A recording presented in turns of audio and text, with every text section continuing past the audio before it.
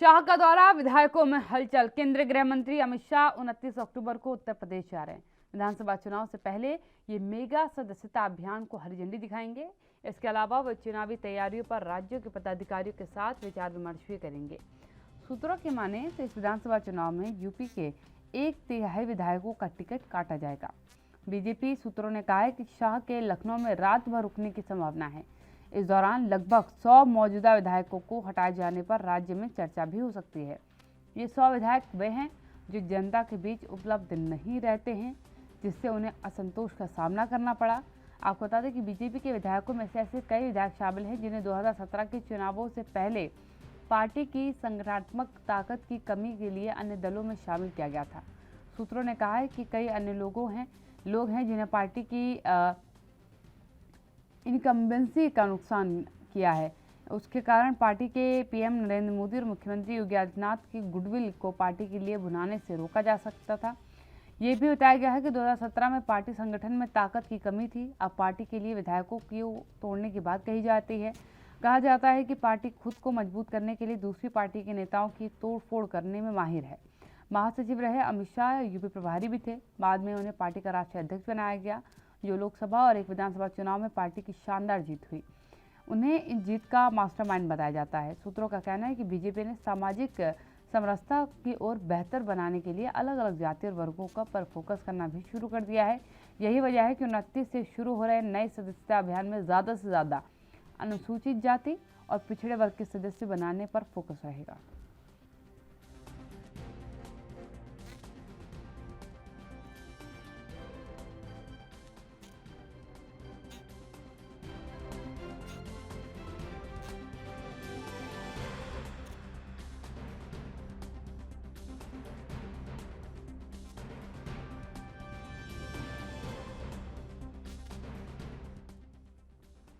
तो गृह मंत्री अमित शाह 29 अक्टूबर को यूपी के दौरे पर है और कयास लगाए जा रहे हैं कि जो मास्टरमाइंड प्लान एक बार उन्होंने लोकसभा चुनाव और पिछले विधानसभा चुनाव में दिया था, उसी मास्टरमाइंड प्लान के साथ इस बार भी नई रणनीति वो लेकर के सामने पहुंचेंगे।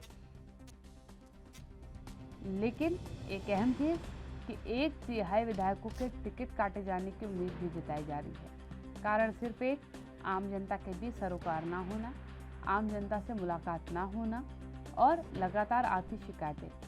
एक और अहम चीज़ है कि यहाँ पर मेगा जो है मेंबरशिप अभियान चलाया जाएगा, जो ज्वाइन करेंगे भारतीय जनता पार्टी को। लेकिन इसमें भी एक स्ट्रैटेजी रखी गई है कि SC ST कैटेगरी और जो पिछड़ा वर्ग है उसे प्राथमिकता दी जाएगी, उसे ज़्यादा तादाद में जो है अपने साथ ज्वाइन कराने का प्रयास किया जाएगा।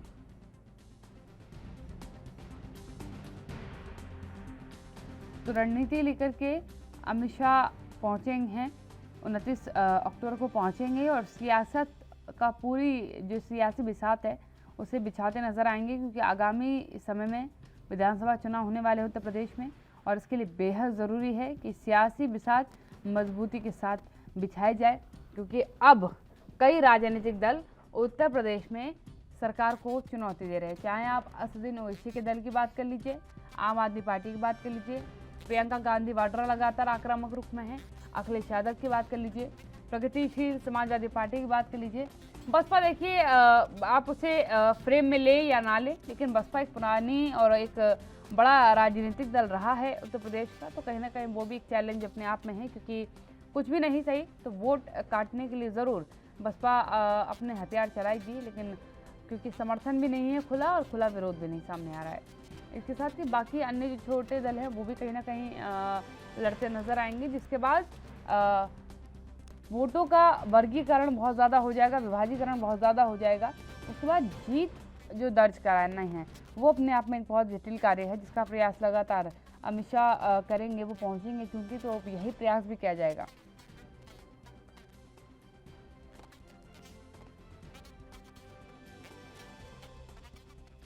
तो 29 अक्टूबर को यूपी के दौरे पर गृह मंत्री अमित शाह पहुंचेंगे। एक रात वो राजधानी लखनऊ में जरूर बिताएंगे और ये माना जा रहा है कि इस दरमियान ही विधायकों की सूची भी तैयार कर ली जाएगी कि आखिरकार वो कौन से विधायक हैं जिन पर जो है सफाई अभियान में जो क्लियर हो जाएंगे, क्लीन चिट हो जाएंगे। क्योंकि देखिए, ये माना जा रहा है कि 1/3 से ज़्यादा, 1/3 से ज़्यादा विधायकों के टिकट इस बार काट दिए जाएंगे।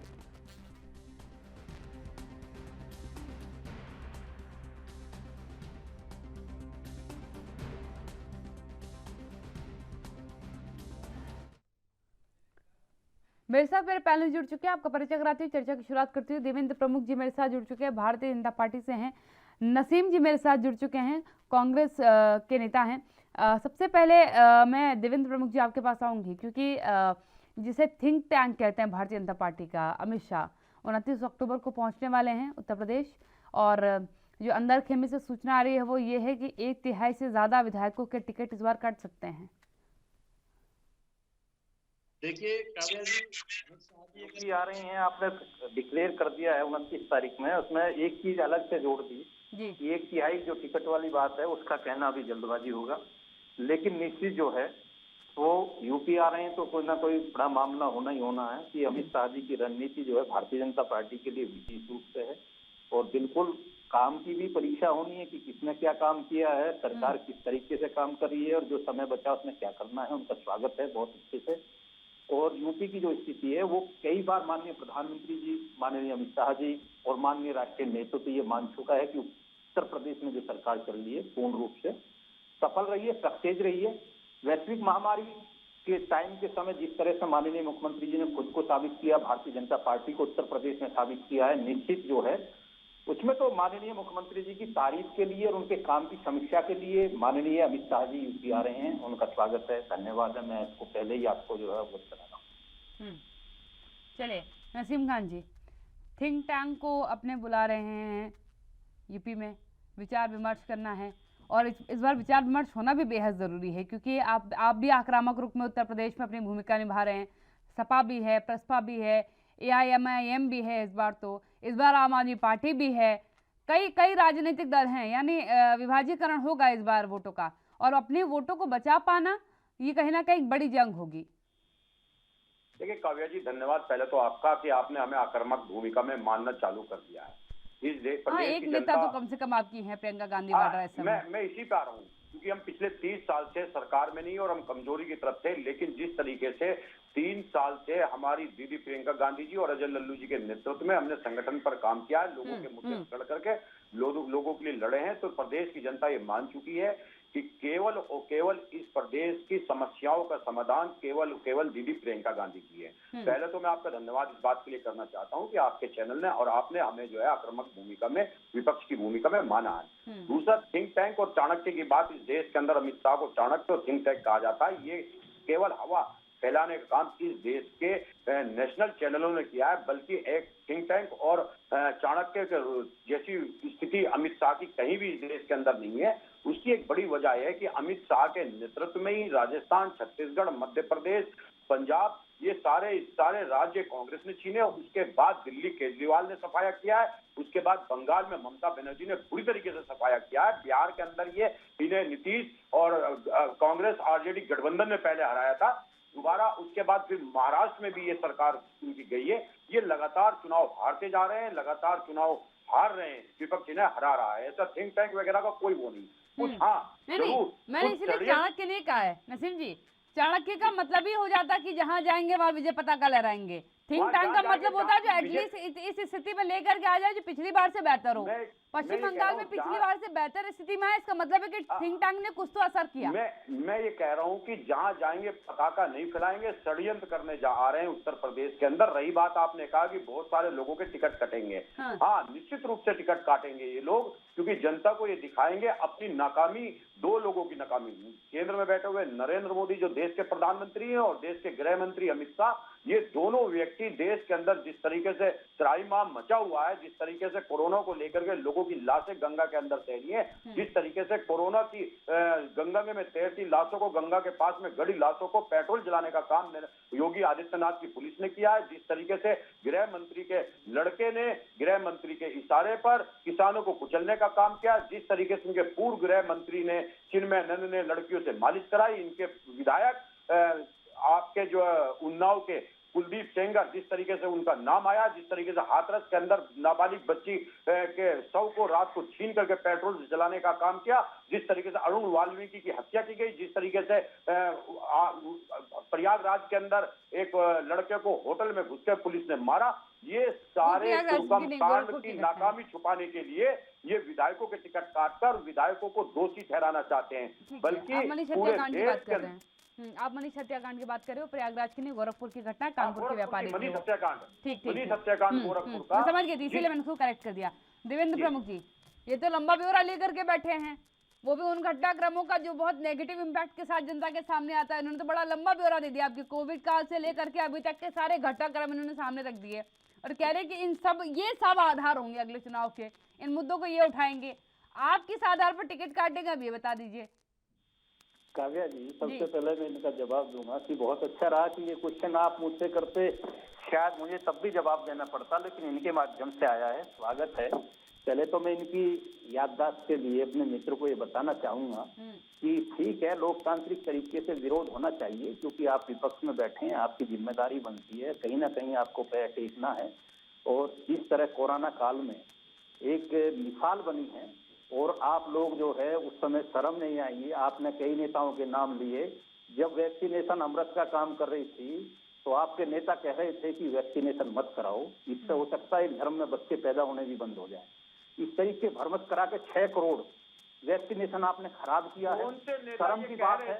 ऐसे समय में भी आप लोगों की ऐसी मत फैलाइए, आपके सामने आई और आप समाजवादी के लोगों को हमसे मत जोड़िए। अरे ये समाजवादी के मुखिया अखिलेश यादव ने कहा, हमने नहीं कहा। तो आपका एमएलए खा गया और आपको गुस्सा क्यों आ रहा है? अरे आप अच्छे भी लग रहे हैं, आपका चेहरा इतने गुस्से में अच्छा नहीं लग रहा है। देवेंद्र प्रमुख जी, ये गुस्सा, ये जोश अमित शाह के लिए रहने दीजिए। अरे आप इतना गुस्सा क्यों कर रहे हैं? अरे आप हेल्थी डिबेट करिए, इस प्रदेश की जनता को आपने तोड़ दिया इसी गुस्से से। ये गुस्सा क्या आपके लिए गृह मंत्री का लड़का जेल में इसलिए आ रहा है? अरे शर्म तो आपको आनी चाहिए। आपका गृह मंत्री का लड़का जेल के अंदर मौजूद है किसानों की हत्या के लिए। आपका गृह राज्य मंत्री 120 का मुजरिम है और आपको शर्म आनी चाहिए। इससे खतरा है देश को। अरे क्यों चिल्ला रहे हैं भाई? क्यों चिल्ला रहे हैं? आपका मुख्यमंत्री कह रहा है पाकिस्तान से आपकी नीति के कारण आज देश को बढ़ गया है और नवजोत सिद्धू का खतरा जनता को है, जिससे किसानों को है। किसका जवाब दो? अरे आप चिल्ला क्यों रहे हैं? आप गुस्सा क्यों कर रहे हैं? आराम से आराम से आराम से। ये हिंसात्मक नीति गोडसे की, शांति से जवाब लेंगे, थोड़ा शांति से जवाब लेंगे। नेशनल चैनल पे बैठे हैं तो आपका चेहरा देख करके नेशनल चैनल पे लोग हंसेंगे। ये कैसी पार्टी के लोग हैं? देवेंद्र प्रमुख जी, ठीक है, देवेंद्र प्रमुख जी, आपने सवाल का जवाब दे दिया, आपने बता दिया कि आपके कार्यकाल में आपके नेताओं ने क्या किया, उसका ब्यौरा आपने पकड़ा दिया। अब मैं आपसे एक सवाल पूछ रही हूँ, क्योंकि उत्तर प्रदेश में आगामी विधानसभा चुनाव होने वाले हैं और उसी के मद्देनजर गृह मंत्री का ये दौरा भी है, जो बहुत अहम अपने आप में है। देखिए, यूपी की सियासत को जीतना इतना आसान नहीं है और बहुत पुरानी कहावत है कि अगर आपको दिल्ली की गद्दी पर विराजमान होना है तो आपको उत्तर प्रदेश के गलियारे से होकर के गुजरना पड़ेगा। और यहाँ पर जीत यकीनन जो है दर्ज करानी मुश्किल होती है, क्योंकि यहाँ के बच्चे जो है राजनीति को समझते हैं और उनके दिमाग में अपने एजेंडे को डाल पाना ये एक बड़ा मुद्दा होता है। इस बार एजेंडे बहुत सारे हैं। देखिए, बसपा भी है मैदान में, समाजवादी पार्टी जो है आप पर जो है ठाकुरवाद का आरोप लगा चुकी है, जिस तरीके से यादववाद का आरोप लगा था, आप पर ठाकुरवाद का आरोप लगाया। कांग्रेस आपको जो है कानून ना मानने वाला राजनीतिक दल, गुंडागर्दी करने वाला दल घोषित कर चुका है। आम आदमी पार्टी आपको कहती है कि आप केवल धर्म के नाम पर सियासत करते हैं। अलग बात है कि कल वो भी जब है जो है रामलला के दर्शन करने पहुंचे और उन्होंने भी ऐलान किया है कि हम यहाँ के लोगों को दर्शन कराएंगे। कहीं ना कहीं वो भी आपका एजेंडा जो है थोड़ा लेते हुए नजर आए हैं। कई दल है, प्रसपा कह रही है कि हम विकास के मुद्दे पर बात करेंगे। तो आपको क्या लग रहा है कि आगे की सियासत आपकी कितनी आसान और कितनी कठिन होने वाली है? क्योंकि देखिए, कुछ भी कहिए, नसीम यूनुस को जरूर तारीफ माना होगा, लेकिन 4.5 साल के कार्यकाल के बाद अगर आधा एक साल में जागी है विपक्ष, अच्छी बात है, लेट सवेर जागी कम से कम, लेकिन इतनी देर से जागना नहीं चाहिए था। जाग चुकी है, अब थोड़ी सी दिक्कत होगी क्या आगामी चुनाव में? धन्यवाद काव्या जी, बहुत शानदार क्वेश्चन आपके आए और क्वेश्चन भी बहुत ज्यादा आए हैं और कुछ क्वेश्चन के लिए इसलिए आपको धन्यवाद बोलूंगा। कॉम्पिटिटिव भी ज्यादा है ना आपके, इसलिए नहीं, आपके माध्यम से जवाब भी आया। जी। तो अच्छे क्वेश्चन आए हैं। पहली बात तो मैं क्लियर कहूंगा कि माननीय गृह मंत्री जिस तरह से उत्तर प्रदेश में आ रहे हैं, एक हमारे लिए बड़ी बात यह है कि कि आप देश का कोई भी जो है सर्वे का न्यूज उठाकर देख लीजिए, किस एजेंसी का क्या सर्वे आया है। अगर इस देश में सबसे शानदार कानून व्यवस्था कहीं है तो उत्तर प्रदेश की है। कोविड काल में अगर सबसे शानदार तरीके से कोविड की लड़ाई लड़ी है तो देश का सबसे बड़ा राज्य है, और दुनिया का चौथे और 5वें नंबर का आबादी का जो है राज्य अपने आप में देश, जिसने बिल्कुल संतुलन तरीके से इस लड़ाई को लड़ा है।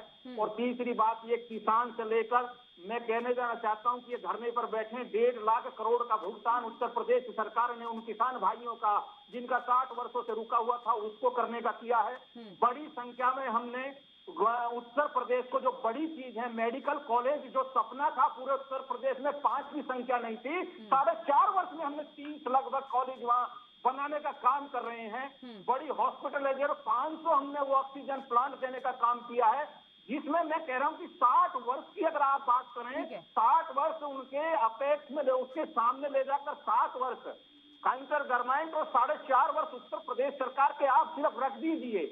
काव्या जी सारा जवाब है उसमें। और दूसरा मैं क्लियर करना चाहूंगा कि विपक्ष के मुंह पर तमाचा वो है जब ऑस्ट्रेलिया के सांसद भारत दौरे पर आकर स्वयं ये कहते हैं कि योगी राज। ठीक है देवेंद्र प्रमुख जी, ब्रेक का क्योंकि वक्त हो गया, उसके बाद नसीम जी के पास जाऊंगी। ब्रेक ले रुकने जल्द हाजिर होती हूँ।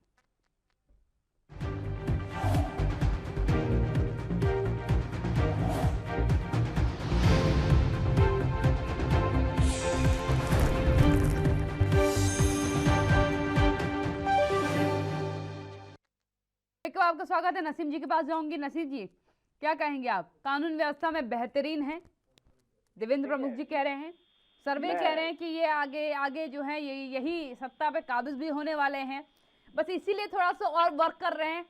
जो कहते हैं ना कि एक फाइनल टचअप दिया जा रहा है, फाइनल टचअप देने आ रहे हैं गृह मंत्री। देखिए, मैं आपसे एक चीज कहना चाहता हूँ स्पष्ट रूप से, देश की जनता के ऊपर निर्भर है किसे सत्ता देगी। हमें 30 साल से सत्ता से दूर रखा और आगे भी इस देश की जनता, लोकतांत्रिक व्यवस्था है, इस प्रदेश की जनता तय करेगी कि वो किसे सरकार देने जा रही है। और निश्चित रूप से हम ये मानते हैं, जिस तरीके से हम पिछले 4 साल से लड़ रहे हैं और सड़क पर संघर्ष कर रहे हैं, बसपा और सपा जो इस प्रदेश की मुख्य विपक्षी दल थी, जिस तरीके से चुप करके घरों में बैठी हुई है, और दीदी प्रियंका गांधी जी लगातार संघर्ष कर रही है। और दीदी प्रियंका गांधी जी को 72 घंटे लोगों ने बंद होते हुए देखा, जब शोषित लोगों से, उत्पीड़ित परिवार से मिलने के लिए वो जाती है। और हमें यकीन है कि इस प्रदेश की जनता आने वाले 2022 विधानसभा चुनाव में हमें बहुमत के साथ सरकार में लाएगी और इस प्रदेश को फिर से विकास की पटरी पर लाने का काम करेगी। रही बात जो है अमित शाह, रही बात क्योंकि 4 साल से मैं उत्तर प्रदेश की सियासत को लगातार कवर कर रही हूँ। 1 साल से तो आप कहेंगे, और मैं ये बात बिल्कुल सहर्ष स्वीकार करने को तैयार हूँ कि 1 साल में जिस तरीके का विपक्ष आप नजर आए उत्तर प्रदेश में, शायद ही कोई मुख्य विपक्ष के तौर पर नजर आया होगा। काव्या जी, मैं 1 साल के लिए भी आपको धन्यवाद देना चाहता हूँ। आप 1 साल करिए, लेकिन आप याद करिए कुलदीप सेंगर का मामला किस समय का है। पर जब सरकार बनी थी उसके बाद सीधा कुलदीप सेंगर का मामला था। आपसे ज्यादा तो इनके खुद के विधायक जाकर के धरने पर बैठ गए थे विधानसभा के बाहर, याद है मुझे। आपसे बड़ा विरोध तो इनके खुद के नेताओं ने कर दिया था। के विरोध में अगर किसी ने लड़ाई लड़ी तो दीदी प्रियंका गांधी। सोनभद्र के आदिवासियों को जाग गए ना। मेरी यही बड़ी प्रसन्नता की बात है, आप जाग गए हैं और अब अच्छे से जागे हैं। ठीक, मैं इसके लिए भी धन्यवाद आपका करना चाहता हूँ कि आपको 1 साल से हम दिखाई देने लगे। लेकिन जहां तक अमित शाह के दौरे की बात है, आप कह रहे हैं फाइनल टच देने आए हैं, मैं मानता हूँ अमित शाह का दौरा कामयाब होगा अगर अमित शाह अरुण वाल्मीकि के घर जाएंगे। अमित शाह का दौरा कामयाब होगा अगर अमित शाह लखीमपुर में मरने वाले किसान या दिगर जो भारतीय जनता पार्टी के लोगों के घर जाएंगे, उनका हालचाल पूछेंगे, उनके परिवार के बारे में पूछेंगे। मैं मानता हूँ अमित शाह का दौरा कामयाब होगा, क्योंकि देश के गृह मंत्री है। अमित शाह केवल भाजपा के नेता नहीं है, मैं इस चैनल के माध्यम से स्पष्ट रूप से कहना चाहता हूँ, अमित शाह इस देश के गृह मंत्री हैं। उनसे लोगों को उम्मीद है, अगर अमित शाह जाएंगे, मनीष गुप्ता के पत्नी से मिलेंगे, उनके बच्चों से मिलेंगे और पूछेंगे कि योगी की पुलिस ने किस तरीके से बेरहमी से अरुण वाल्मीकि को मारा है और किस बेरहमी से मनीष गुप्ता को मारा है। उनकी मांगों को मान लिया गया है। जो नौकरी का आश्वासन दिया गया था, वो नौकरी मनीष की पत्नी को दे दी गई है। जितनी धनराशि की बात हुई थी वो दे दी गई है। 6 के 6 पुलिसकर्मी गिरफ्तार हो चुके हैं। उनके घर नहीं जाना चाहिए, नौकरी यदि आप उनके घर नहीं जाएंगे। नहीं, मैं आपको बात बता, सवाल का जवाब तो मैं लूंगी देवेंद्र प्रमुख जी से। लेकिन जो मांगों की बात पे आप आएंगे तो वो पहले ही बता देंगे कि हमने सारी मांगे मान ली हैं। इसलिए मैं कह रही हूँ कि क्वेश्चन थोड़ा और ताकतवर बनाइए। इस प्रदेश को लगातार गुंडे माफियाओं ने जकड़ा हुआ है और पुलिस लोगों को मार रही है जाकर के, आत्महत्या लोग कर रहे हैं। कोरोना काल की जिस तरीके की बेशर्मी से बात भारतीय जनता पार्टी के प्रवक्ता कह रहे थे, क्या देखा नहीं किस तरीके से लोगों ने उत्तर प्रदेश से लेकर बिहार तक का सफर पैदल किया। दीदी प्रियंका गांधी ने बसें राजस्थान से लाके खड़ी कर दी और इन्होंने पैदल चलने के लिए मजदूरों को, प्रवासियों को मजबूर किया है। बिहार की जनता ही सबसे ज्यादा पैदल चली थी। बिहार में कौन सत्ता में बैठा है? मैं वही तो आपसे बोल रही हूँ। कहां से? उत्तर प्रदेश से होकर गुजरी थी वो जनता। अरे उत्तर प्रदेश से गई थी वो जनता। बिहार की तो थी, सरकार थी, बिहार की तो थी जनता, बिहार की जो थी। ऑक्सीजन नहीं मिल रही थी, सत्ता इनकी अभी बनी है वहां पर। के गेट पे मर रहे थे जब ऑक्सीजन चाहिए थी और बेशर्मी के साथ भारतीय जनता पार्टी के नेता कह रहे हैं ऑक्सीजन की कमी नहीं है। जब बीमार बच्चे मरते हैं कि कोई इसका मतलब ये मानते, देखिए वहां तो आपका राजनीतिक उतनी मजबूती नहीं है, लेकिन ये तो मानते हैं कि वहां कहीं ना कहीं विपक्ष कमजोर रहा इन मुद्दों को उठाने में बिहार में, क्योंकि बिहार के जनता के पैरों पर छाले पड़े थे, बिहार के जनता के पैरों से खून निकला था पूरा।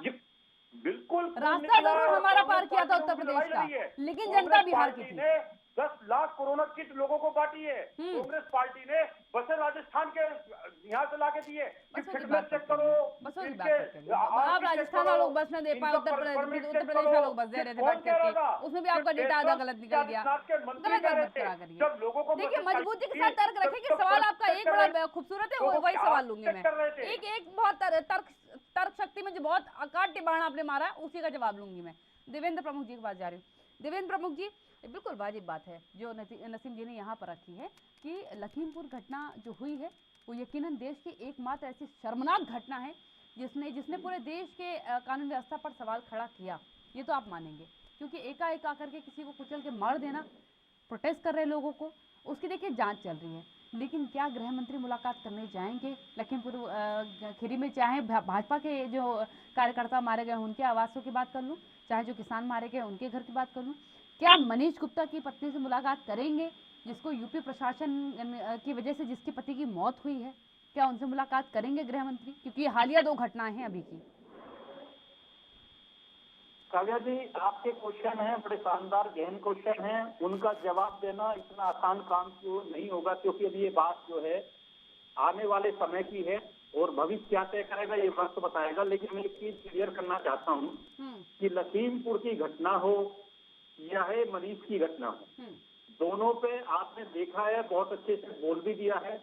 जो सरकार का काम है, जो सरकार कर सकती है, मैंने कल मनीष पर कहा है, चाहे वो लखीमपुर के जो किसान थे या उसमें बीजेपी के कार्यकर्ता भी जो शामिल हुए हैं, जिस तरह साजिश के तहत वो जांच हो रही है और जिनको मुआवजा देना था, जिनकी मदद होनी थी वो समय से पहले पहुंची।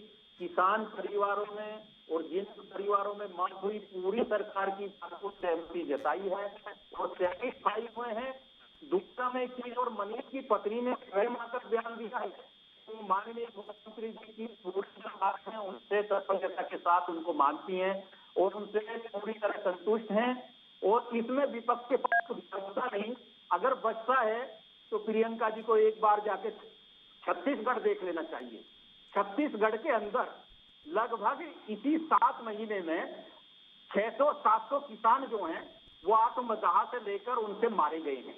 वहां बड़ी लड़ाई छत्तीसगढ़ में इस समय किसानों की चल रही है।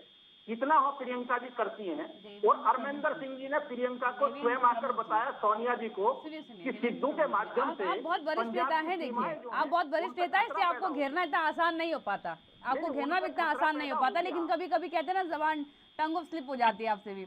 उत्तर प्रदेश में विपक्ष की भूमिका में है प्रियंका गांधी वाड्रा और उन्होंने वहां आक्रामक रवैया अपना करके आपको मजबूर कर दिया कि कार्रवाई करनी पड़ेगी। एक पॉलिटिकल दबाव डालने की बात कही। छत्तीसगढ़ की अगर आप बात करते हैं तो छत्तीसगढ़ में इनकी सरकार है, विपक्ष की भूमिका जो निभा रहे वो दबाव डालें, मजबूर कर दे इनको, क्योंकि इन्होंने देखिए लखीमपुर खीरी की घटना पे कार्रवाई भले आपने की हो, लेकिन क्रेडिट गोज टू कांग्रेस हो चुका है, क्योंकि हिरासत में कौन थी? प्रियंका गांधी वाड्रा। आपको याद होगा संजय सिंह को भी आपने हिरासत में लिया था, आपने चौधरी जी को भी हिरासत में लिया था, लेकिन एक नाम चर्चा में चला, वो थी प्रियंका गांधी वाड्रा, क्योंकि उन्हें सबसे लंबे समय के लिए रखा गया।